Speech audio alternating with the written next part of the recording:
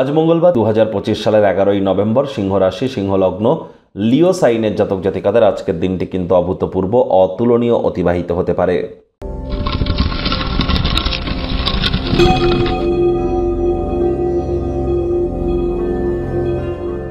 ভিডিওটির শুরুতেই স্ক্রিনে আপনারা দেখতে পাচ্ছেন গুরুর বীজ মন্ত্র, অর্থাৎ বৃহস্পতি গ্রহের বীজ মন্ত্র।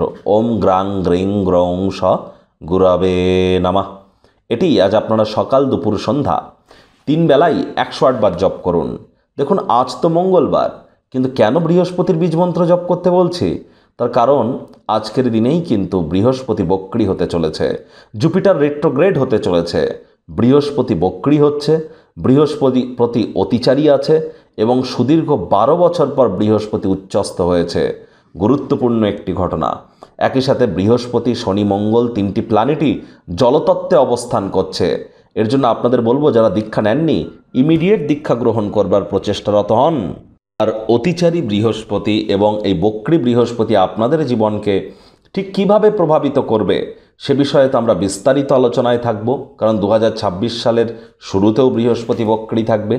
অবশ্যই আর কয়েকদিনের মধ্যে আপনাদের জন্য বক্রী বৃহস্পতির বিষয়ে স্পেশালি একটি ভিডিও আমরা আপলোড করতে চলেছি। তবে সাপ্তাহিক রাশিফল যেটা আমরা সম্প্রতি আপলোড করেছি, সেখানে কিন্তু বক্রী বৃহস্পতিকে নিয়ে কিছুটা আলোচনা ছুঁয়ে গেছি। সময় সুযোগ বুঝে দেখে বা শুনে নিতে ভুলবেন না। সাত্ত্বিক জীবনযাপন গ্রহণ করুন, হলুদ রঙের বস্ত্র পরিধান করুন, লাভান্বিত হবেন। ভাগ্য মিটার আজ আপনাদের বলছে 9 আউট অফ 10 ভাগ্য আপনাদের অনুকূলেই থাকবে। দুর্দান্ত একটি দিন আজ আপনাদের জন্য অপেক্ষা করছে। সামনে থাকা সময় সুযোগের সদ্ব্যবহার করতে যেন ভুলবেন না। কায়িক পরিশ্রম হলেও শরীর মনে সতেজতা এবং তরতাজাই আপনারা অনুভব করবেন। দীর্ঘদিনের পুরনো রোগশোক, অসুস্থতা থেকে আজ মুক্তি পাওয়ার দিন, পরিত্রাণ পাওয়ার দিন।